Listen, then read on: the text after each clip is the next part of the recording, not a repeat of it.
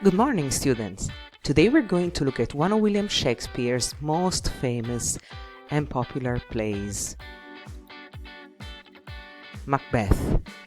Macbeth is a tragedy about how ambition and abuse of power can destroy someone and the people around them. We're going to look at the structure and plot, main characters, the themes, the keywords used in the tragedy, and imagery. First of all, let's look at the structure and plot. As you can see here, there are 5 stages in a play. The first one is exposition, and in this case it's when Shakespeare introduces the characters, the setting, the key events and ideas, and it's actually when the 3 witches make their predictions. The 5 stages actually correspond with the 5 acts, and we can see that in the second phase events occur leading up to the key moment in the plot. And in fact King Duncan is murdered. In the third stage, Act 3, we have the turning point of the play, and it's when Macbeth becomes king, because Banquo is murdered. Macbeth has him killed because he had become suspicious of what Macbeth had done. In the fourth phase, the fall in action, the main conflict between the protagonist and the antagonist is established. In fact, Macbeth returns to the witches for more predictions, and Malcolm and Macduff plan to invade Scotland to get back to the throne. In Act 5, we see the conclusion of the play, where the protagonist is defeated by the antagonist. In fact, Malcolm's invasion is successful, and he kills Macbeth, and Lady Macbeth commits suicide because of her guilt. Okay, now look at this representation of the plot. Here you can see how Lady Macbeth has a crucial role in the play because she encourages her husband, and you can also see some other key features of the play, like very common words, some other characters, and obviously the conclusion of the events. But now let's analyze some of the main characters. Of course, the protagonist, Macbeth. His main characteristic is that he's ambitious. He's supported by Lady Macbeth, who's also very ambitious. Some other characters are Banquo, Macduff, and the 3 witches.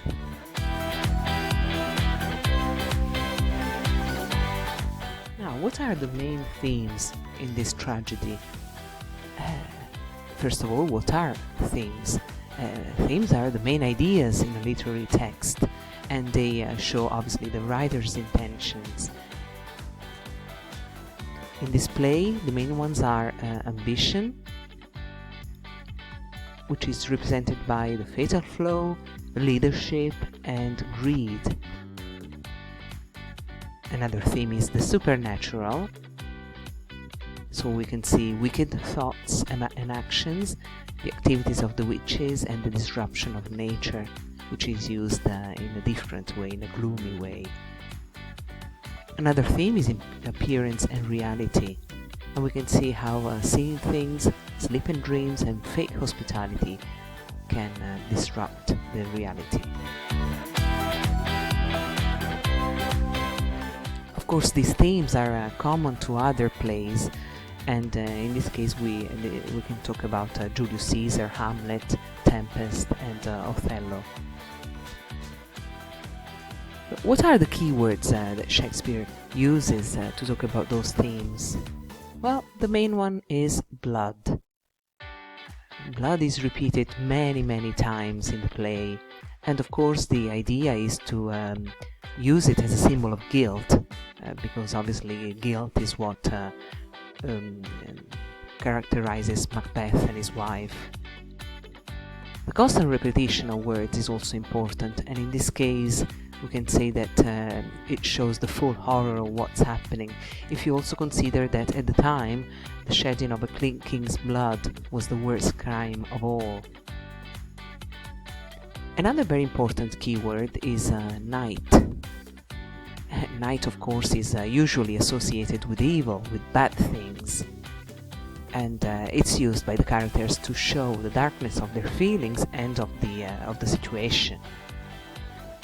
Now, at the time, we have to say that plays were not performed in the evening, and so it was important to keep reminding the audience that events were taking place at night, and so we have a constant repetition of the word night as well. Another important idea is a reference to time. All the references to time in the play are important because they make events become more intense, and obviously the consequences become more significant. Also, being able to see in the future, which is the three witches characteristic, it gives a sense of power to Macbeth's actions. Time seems to pass more quickly as the play progresses, and what's the effect we have from this? An increase in tension. Of course, we have some other keywords, for example, sleep, fear, nature. They are very important ideas in this tragedy. Now, imagery. What is imagery? Imagery is how we use language to give a picture of what's happening, of the characters' looks and sounds and how they behave. So we actually use words that relate to the five senses. All of them or just one of them. The most common figures of speech, literary devices, are simile, metaphor, and personification. Of course, this is done in different ways, but in this play in particular it's done with images of different animals that appear throughout the play.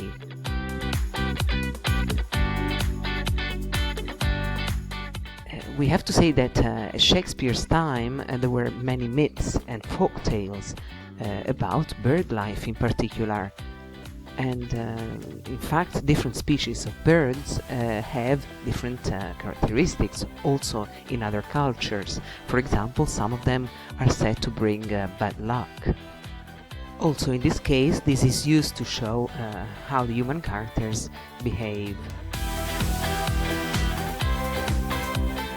And it's also used to create expectation and tension in the tragedy. Also, wild animals are used very often in this play because, of course, wild animals like this one in the picture are savage, and they have certain characteristics in common with the characters of the play, with the main characters. Why does he use wild imagery in the play? Well, at Shakespeare's time there was no internet, so probably many people had never seen such animals, but they could clearly picture what the characters were like from these ideas that were presented by these animals. For example, in the famous scene where the witches create a potion, you can see many different animals being used in the cauldron. Well, that's all for Macbeth. Of course, there are millions of things that could be said, but we're gonna stop here today. Goodbye.